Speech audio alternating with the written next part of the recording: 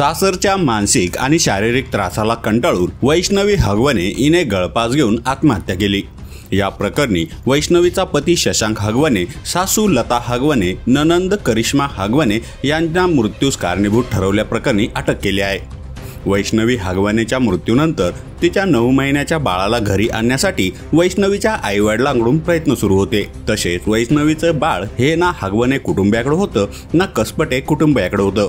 ते वैष्णवीच्या नवऱ्याच्या मित्र असलेल्या निलेश चव्हाण यांच्या घरी होतं।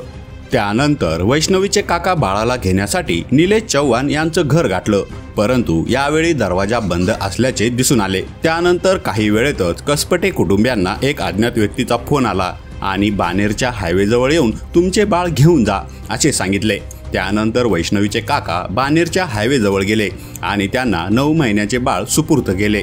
आता ही अज्ञात व्यक्ती कोण होती याची माहिती घेतली जात आहे। या व्हिडिओवर तुमची प्रतिक्रिया कमेंट बॉक्समध्ये नक्की लिहा।